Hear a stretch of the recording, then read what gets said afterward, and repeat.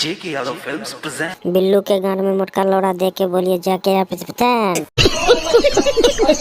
भैया लोग आप लोग के स्वागत भाई वीडियो में। वीडियो देख लिया, फुल देख लिया। वीडियो में बड़ा धमाकेदार मजा आवे वाला बात। वीडियो को जब पसंद आ जाए तब लाइक ठोक दिया वीडियो में। ठीक बात, देखा शुरू करे तनी बेटा बकचोदी कर ले।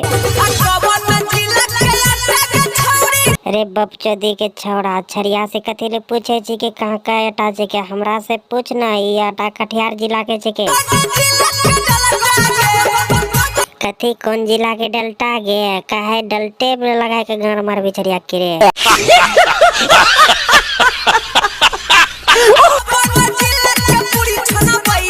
डुमर के छके रे पूरी छनवैया रे, बच के रहिए ने तो गाड़ में डलटा लगा के गाड़ मार ले तू।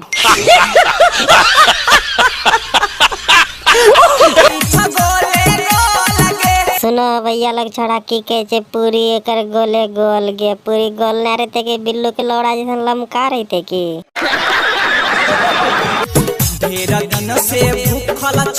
अच्छा ढेर दिन से भूखल छी या ना तो देरी कथी करे छे? बिल्लू के मोटका वाला केला खा लिए पेटो भर जेतो।